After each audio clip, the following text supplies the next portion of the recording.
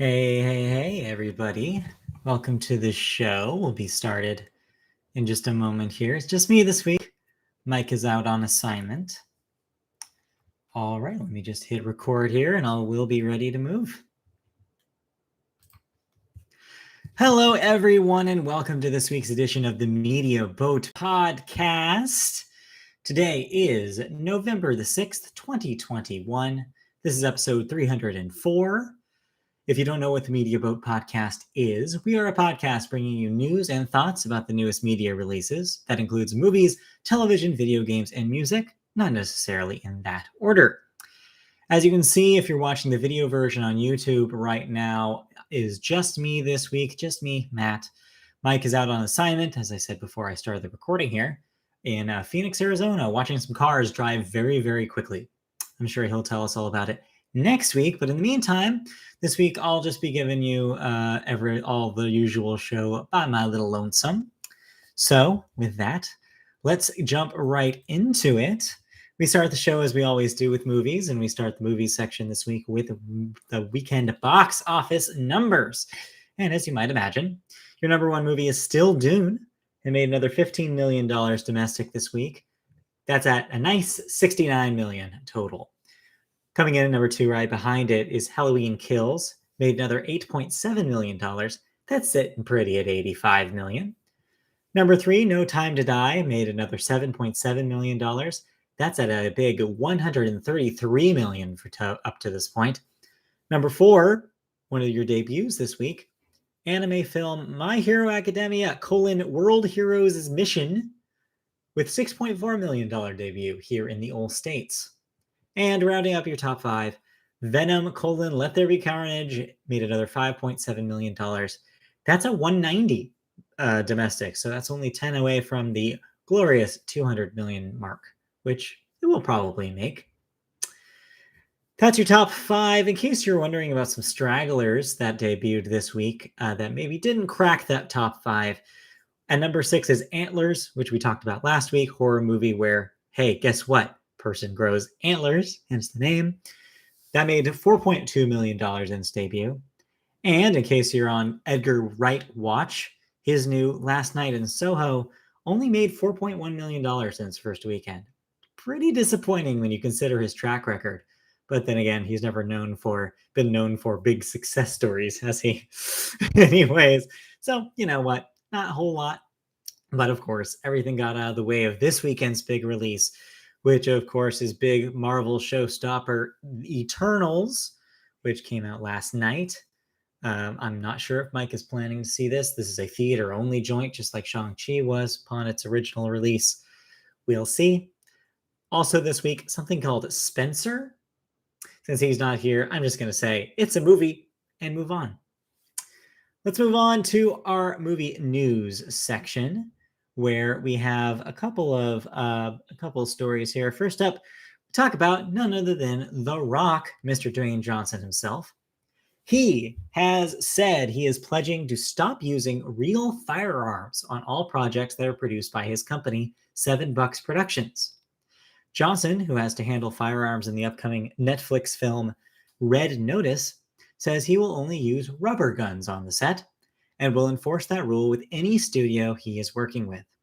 Quote, "We're going to switch over to rubber guns and we're going to take care of it in post," he said. "We're not going to worry about the dollars. We won't worry about what it costs." Of course, this move is in the aftermath of the shooting that happened on the Rust set, the film that Alec Baldwin was holding a gun that discharged, a prop gun that was erroneously loaded and killed the assistant director on that project. It's a good move. I like what The Rock is doing here. I wish others follow in his footsteps. Any safety measures are welcome, especially when something can happen and something can go so wrong so quickly like it did on that set. So fingers crossed, and hopefully other people follow his lead here. It would be really cool to see a movement like this to make sure that safety is absolutely number one priority on these sets. Moving on to a little bit more fun kind of stories here. We have one of our favorite things to talk about on the Media Boat podcast, which of course is casting. We have some casting bits for you. There's so many, we had to round them up. First up, Matt Damon and Robert Downey Jr. have joined Cillian Murphy and Emily Blunt in Christopher Nolan's Oppenheimer film. As the title suggests, it's about Oppenheimer. Hey, what do you know?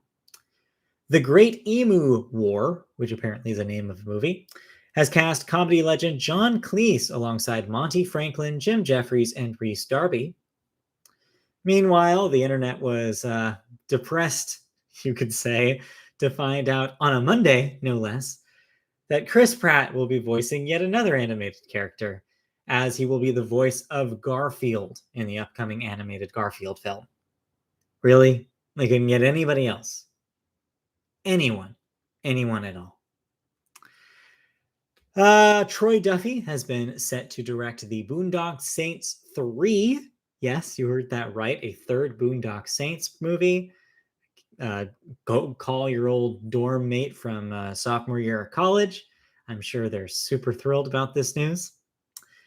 And that has Norman Reedus and wow, I can't say his name. Sean Patrick Flannery as brothers Connor and Murphy McManus. Guessing McManus. It's not McManus, I don't think. That's your casting news for the week. Looks like we do have a placeholder thought for Mike. Mike saw the movie Army of Thieves, but since he's not here, we'll punt that to next week. So pause and wait for next week. In the meantime, I have some really quick follow-up thoughts about Dune. I actually sat down and finished it up. I had a good time with that thing. It's really cool looking. There's some really interesting effects going on. I think that thematically, not knowing anything about Dune going into it, I had fun with the world. I think it's an interesting world, an interesting setup. Does it bite off a little more than it can chew? Well, yes, but that's expected for something based on a novel. There's only so much you can cover.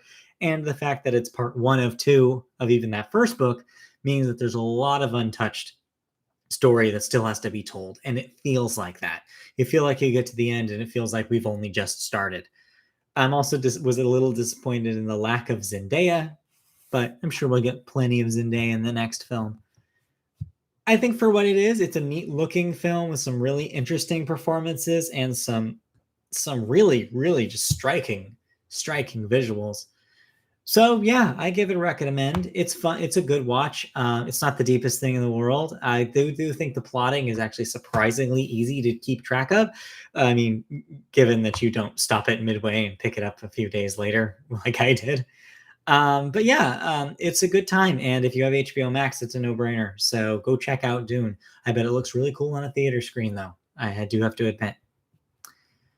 Other than that, I didn't watch any other movies, so we can safely move on to the next part of the show.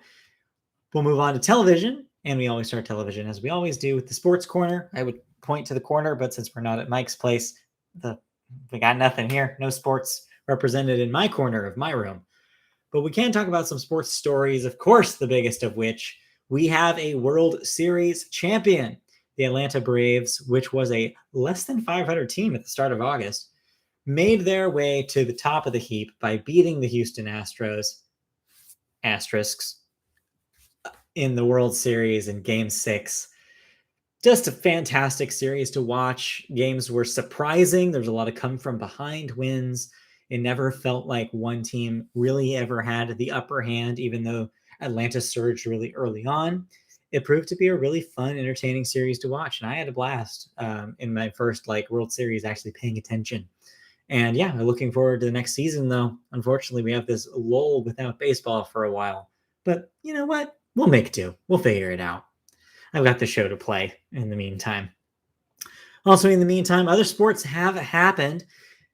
NASCAR Final Four. We are down to our Final Four racers here.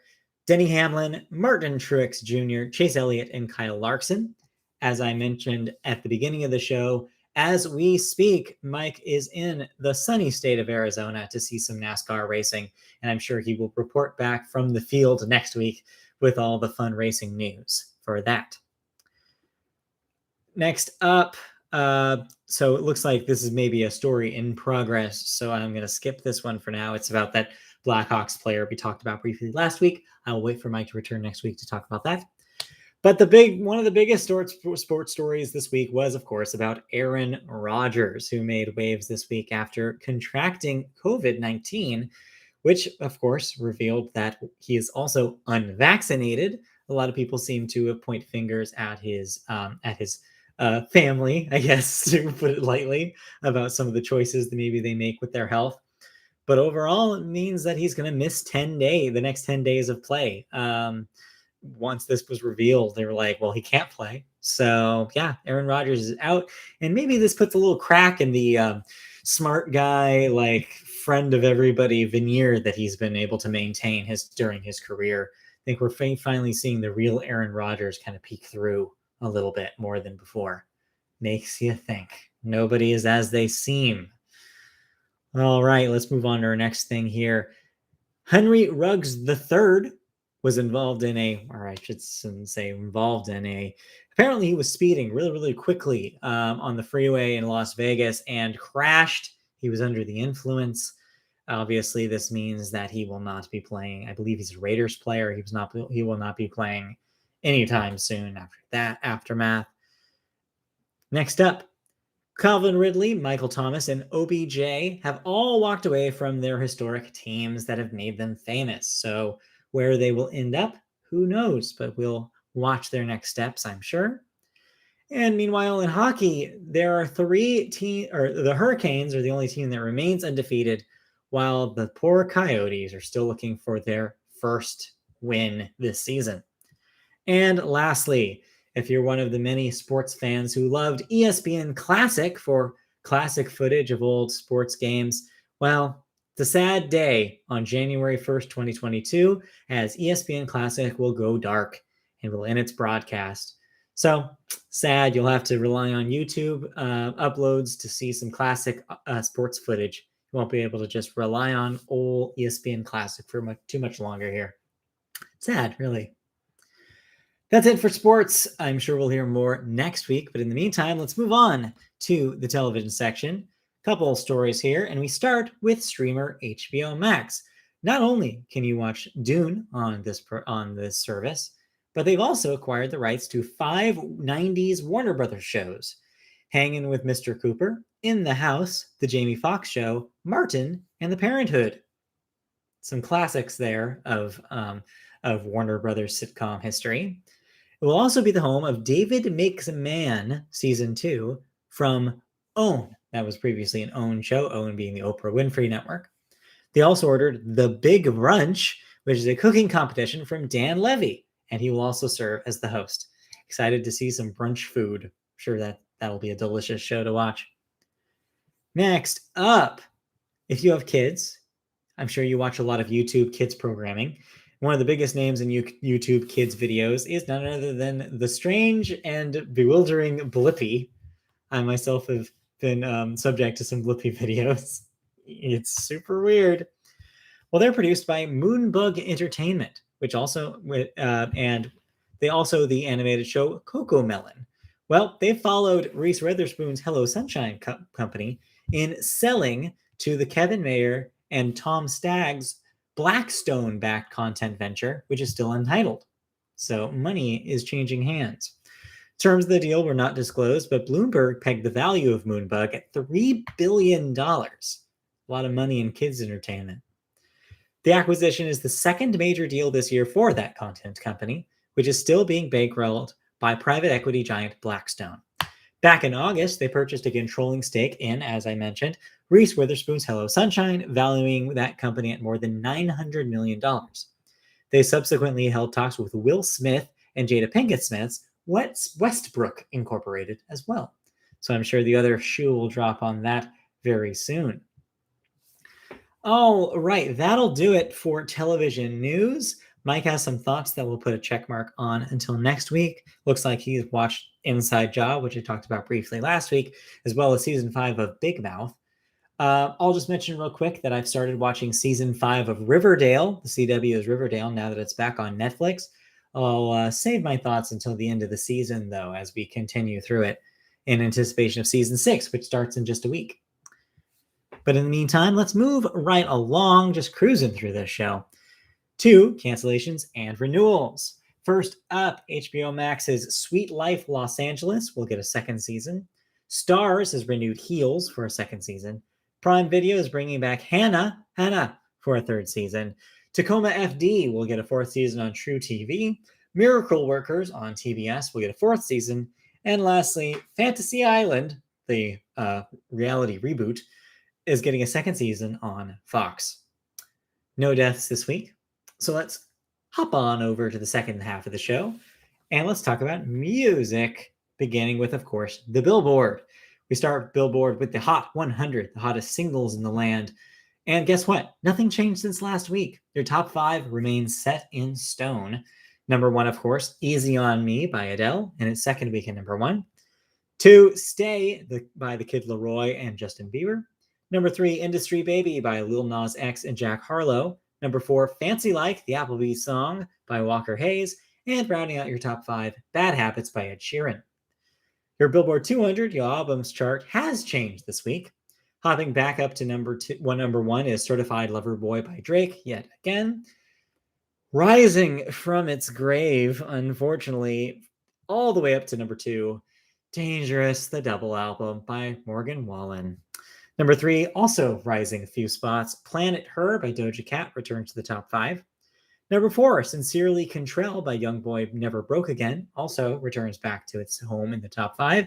And rounding out your top 5, the ever top 5 single album of the year, which I'm sure we'll talk about more as the year ends and wraps up in a month, Sour by Olivia Rodrigo.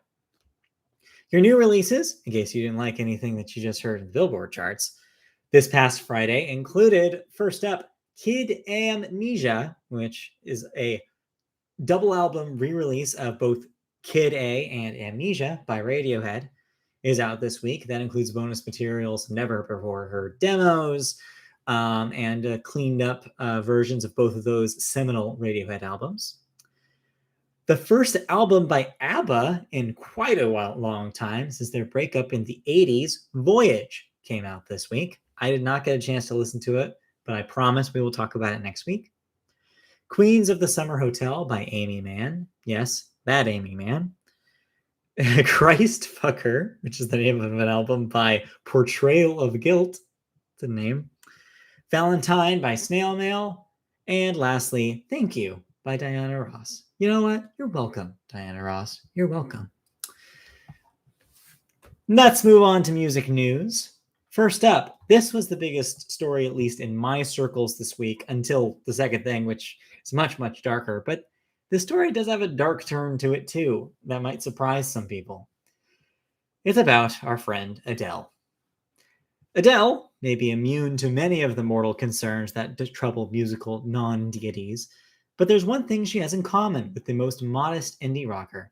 She had to finish her forthcoming album 30 early if she wanted vinyl available on the same day the release hit streaming services.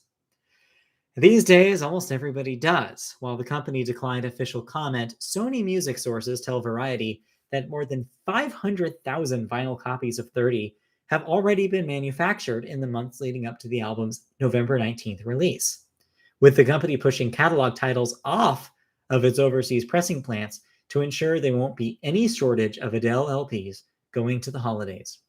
To do that, for an album that will probably immediately break initial vinyl sales records, the artist had to turn in 30 more than 6 months ago. Any later, and Adele would have been subject to the manufacturing shortages and overbooked pressing plants that have essentially turned almost every new LP release into a limited edition. So, this is a multifaceted story. Not only is it wild that Adele had to finish with such a huge tail in order to get these vinyl records pressed, but it also tells a harrowing story of what musicians, especially smaller indie musicians, have to deal with this supply chain disaster that's been happening since COVID started. There aren't enough factories and manpower to create these vinyls. So you have backlogs that a lot of these smaller labels are just piling these orders, and there's just not enough vinyl records to ship out. So, of course, in reaction to this news, smaller labels were pissed off, and I don't blame them for being, because they're looking at this and being like, so of course they're going to push off all of these other releases until Adele gets her vinyls, because somehow they're worth more. They're more valuable because it's Adele. It's attached to a big name. And of course, it's important to note it's not just Adele doing this either. Major labels have done this recently with, of course, Taylor Swift, whose own vinyl releases earlier in the year, first Evermore at the beginning of the year, and then Fearless Taylor's version once it was released, both had major delays in production. Now with Red, Taylor's version, coming out in just a week now, she had to pull an Adele as well, and says she claims that she has enough already produced to make sure that they're able to be shipped out when fans will want them. And then with news this week that Rihanna's label is going to re-release a lot of her existing discography on vinyl. And I'm sure they've done the same move here. It's just depressing because it means that a lot of vinyl is getting made, but not equally distributed. It's a lot for singular, very famous, very successful artists. And it's making smaller artists not being able to make their records at all. So yeah, it's a sad story. Hopefully the supply chain stuff gets figured out, but it's going to be a while until that happens. And it's just depressing to watch these big labels strong arm these small labels to make sure that their stuff gets priority. So just a little sad, story. And of course, speaking of sad stories, our next one is no picnic either. We move on to the tragedy that struck Travis Scott's Astroworld Festival, as crowd surges during his Friday night headlining set left 8 dead and over 300 injured, according to Houston, Texas officials. 50,000 fans attended the show in total, which led to a surge during Scott's performance at the festival outside NRG Park, the Houston Chronicle reports. At a press conference following the concert, Houston Fire Chief Samuel Pena clarified the timeline. He said that at 9 p.m., the crowd began surging forward during Scott's set as there was panic and people running for safety. At that point, Scott paused the show several times to ask security to help out fans, and members of the fire department were sent into the dense crowd to rescue the injured. From what I understand, that people at the scene described it as kind of a domino effect. When there became a lot of pushing and shoving in the pit close to the stage, it just sort of, people started falling over. And then once safety seemed to be an issue, people started running away. And when a few people panic, more people start to panic. So it ended up with the 8 dead and 300 injured, as we mentioned. It's just a disaster when stuff like this happens. It means the security is not doing a good enough job. It means that people are not helping other people. People are creating more of a disaster than necessary, really. And poor Travis Scott can't really do much from on top of the stage except try not to encourage it. And it seems like he was trying what he could do, try to get security's attention to the issues. You hate to see something like this, especially right now where COVID protocols should still be in place.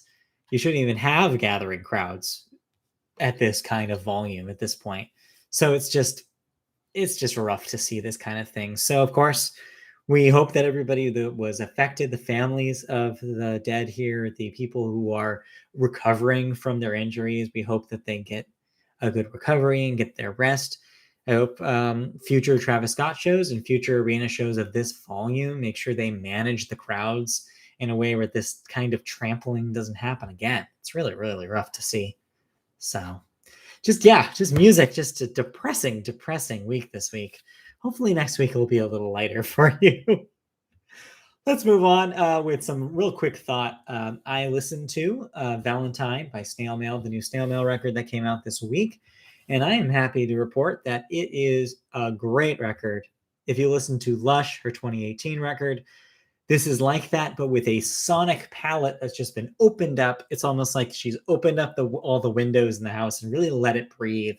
She's experimenting with some new sounds that she hasn't used before. Her songwriting's gotten stronger. And keep in mind, Lush is one of my favorite records of the last 5 years. So the fact that she's kind of really refined it even further and made a record that sounds even better and a higher quality than that first one, that's saying quite a lot. So don't be surprised if this returns in an end of the year conversation on my list here because it's quite good. I'm definitely going to listen to it some more and really let it sink in. But the first listen was a really positive one. And I'm looking forward to spending more time with the record. All right, that does it for music, which means we can move on to our last section here, just cruising right along into video games. And we start video games with a new release section that's longer than a CVS receipt. Let me tell you, it just keeps going. Games are coming out. We start with Bloodshore for the PlayStation 4, PS5, Xbox One, Xbox Series X, Switch, and PC. If you have it, you can play it. Just Dance 2022 for PS4, PS5, Xbox One, Xbox Series X, and Switch. It's that time of year for all those people who buy 2 games a year. Yes, that's right. Call of Duty is back. Call of Duty Vanguard comes out this week. That's PS4, PS5, Xbox One, Xbox Series X, and PC. Blue Reflection, Second Light comes out for PS4, Switch, and PC this week. Football Manager 2022, if you want to get your football management on, for Xbox One, Xbox Series X, and PC.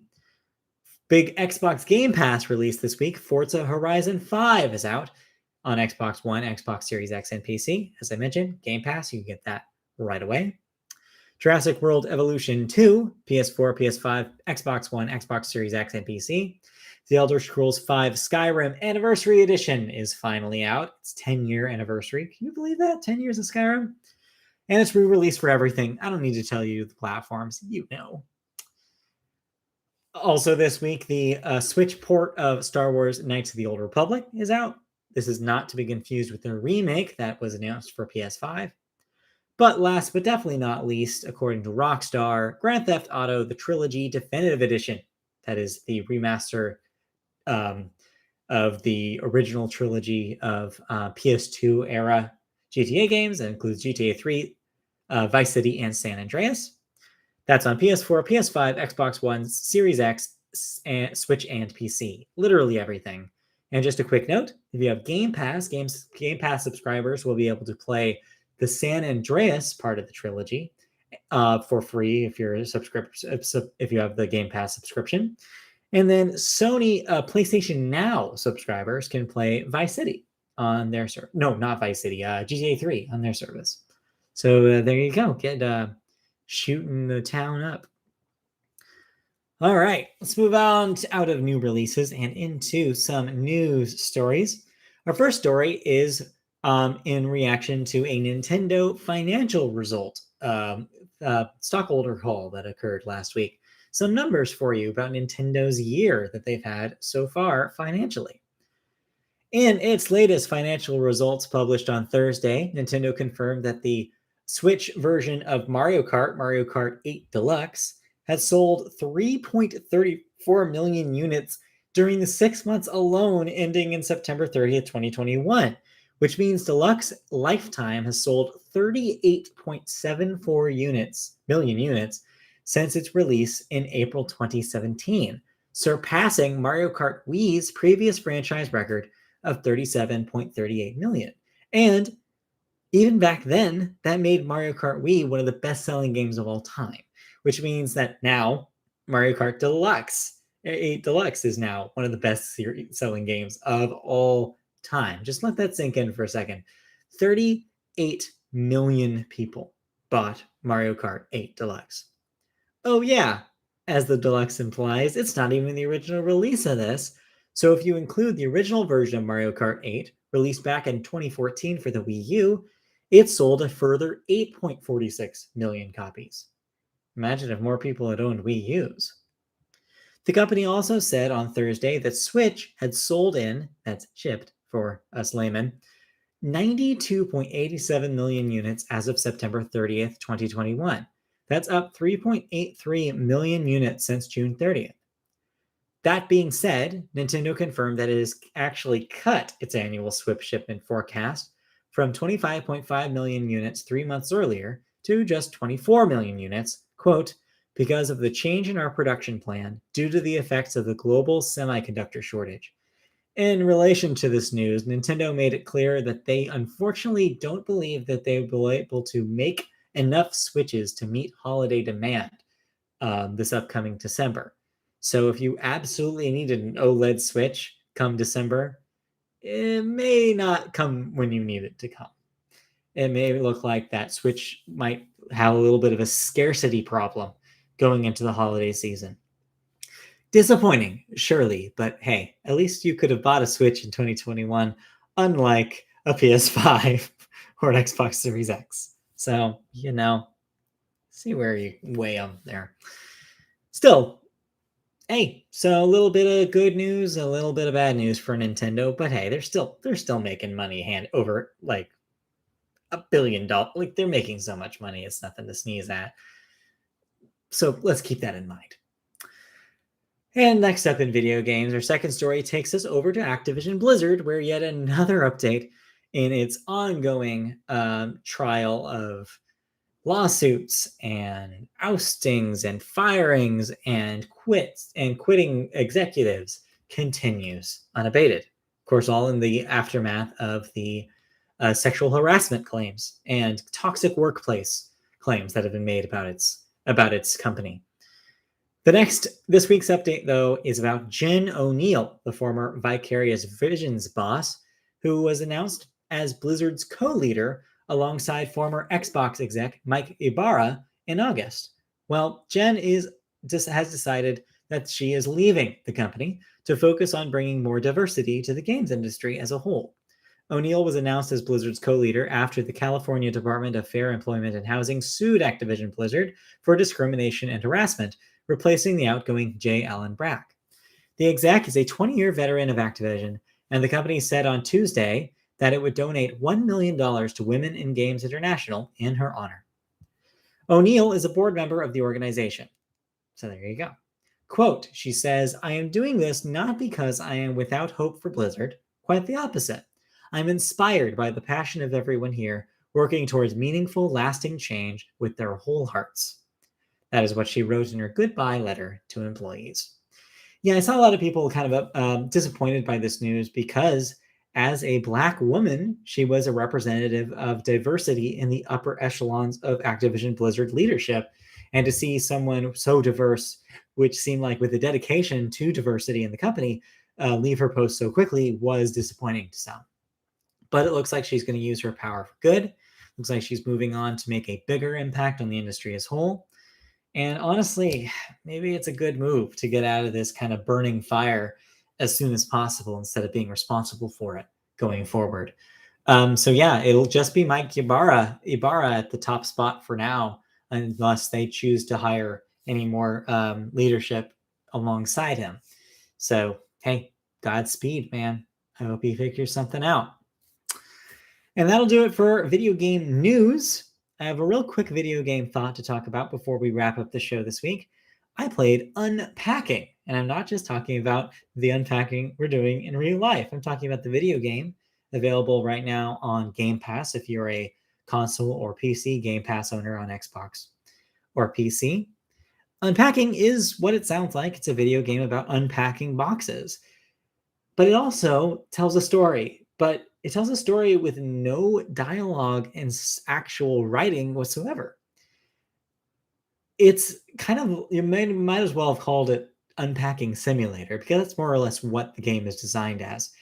You are presented with a space, like an apartment, a house, maybe a studio, and boxes that need to be unloaded, and surfaces or drawers or closet space that you can put the contents of the boxes in. And, you do as you do in real life. You open up a box, you see some like towels, for instance. Towels go in the bathroom. If it's a dish towel, it goes in the kitchen, that kind of thing. Stuffed animal, maybe that goes on the bed. Maybe it goes in the closet. You hang up some shirts, you fold some other ones. It's very what you expect from a game called Unpacking. And the magic of it starts happening as you realize what you're unpacking has significance, just as it does in real life. Everything that a person brings from one place to another when they move is significant because they bought it at one point, or they inherited it. Maybe they got it, they used it or loved it or whatever you may say about it. And then later it went to the next step, right? Until ultimately maybe you give it away or you sell it or whatever happens to it. And so it doesn't even need dialogue to tell a story. What it does do is it jumps forward in this person's time. You are unpacking the stuff of a specific person. You never see this person. You don't know their identity. You don't know their name. You don't know anything about them, but you see their stuff. Initially, it's 1997 and you're in a child's room and you're putting children's toys and clothes in the room. Flash forward, suddenly it's 2004 and it looks like you're going into a college dorm, a shared space for the first time. And you're putting, school stuff in drawers, and you're putting, maybe you still have a couple of your stuffed animals from when you were a kid, but maybe there's fewer of them now. Maybe you see some like wear and tear on them. Maybe there's like a little bit of tearing happening on your teddy bear. That tells a story. Maybe the soccer ball is gone, and instead you have an MP3 player. It's 2004, and then jumps forward in time further than that. And you know what? It really works. It's a really affecting story in surprising ways. This is a little bit of a minor spoiler, but really in a game that doesn't have a story per se, it's hard to say if it's a spoiler at all. Let's say at one point you're moving out of the dorm, and maybe the next place that you move, it looks like a shared space with possibly a partner. And maybe the next place you move, maybe that partner is not there anymore. And it does all this storytelling in a completely dialogue-free way. And it's really affecting. I haven't finished it yet. It looks like I may have one or two more moves to finish. But as somebody who's made a lot of moves in my life, including one that I literally am in the middle of right now, even though I didn't physically move, but it feels like a change. It's a transition in my life. It was really cool to see that reflected back on me and to see that and interact with a game in this way. It's eerie timing when you think about it. And it's a really, really cool thing. And I 100% effusively recommend it to anyone who thinks that would emotionally resonate with them as well. Anybody who has Game Pass. It's very simple. It's very clean. Look reminds me of kind of like a Macintosh 2 era edutainment game from the mid 90s. That's the kind of vibe that you're getting visually. The places are not visually different enough to differentiate them. One little tiny nitpick I'll say about it is that it's a little strict about where things go. You can't just place things willy-nilly. In fact, in the kitchens, sometimes it'll be strange about placing some pots and pans. Oh, they can't go here on a shelf. They have to go in under the sink for some reason. Stuff like that. But the game is very good about before you're wrapping up the move, it'll tell you'll flash red in one of the rooms when something is in the wrong place, and it'll tell you to move it. And in one specific instance, a placement of something you would never know was incorrect, but the thing it has you do to remove it and where it moves it speaks volumes of where the character that you're moving for is in their life. And that was a really affecting, cool moment that was 100% based on game mechanics to tell its story. So yeah, one of my easily immediately one of my favorite game experiences this year. I'll definitely probably come back to this one at the end of the year as well. Unpacking, it's cool. It's one of those underspoken, understated gems of the year. I recommend it for Game Pass owners for sure. And with that, I think that'll do it for this week's show. Thank you for joining us on this really quick week without a co-host. We'll be back with a normal full show next week. In the meantime, thank you for joining us. If you want to watch the video version of this show, if you want to watch us live occasionally, or the video recordings of our live sessions, you can go to youtube.com, search Media Boat Podcast, look at our archive there, leave a comment, click subscribe, whatever you want to do, whatever you feel comfortable with. If you'd rather listen to the recorded version of the show, you can do so on podcast services such as Apple Podcasts, Google Play, iHeartRadio, Spotify. Wherever you get your podcasts, you can download us just by searching Media Boat Podcast. You can also find us on social media channels, including Twitter, where our handle is @MediaBoatCast, Facebook, where you search Media Boat Podcast and find our page. You can also find us on the internet, MediaBoatPodcast.com, where an archive of our show is there. And last but not least, if you want to give us feedback about the show, if you have any questions you'd like read on the show and answered, if you just want to say something to us, I don't know, whatever you want, you can do so, mediaboatpodcast@gmail.com. Send your messages over there and hey, we'll check them out.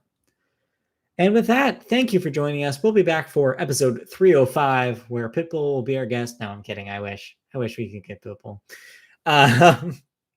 next week. In the meantime, have a good week, everybody, and we will see you here next week. Bye-bye.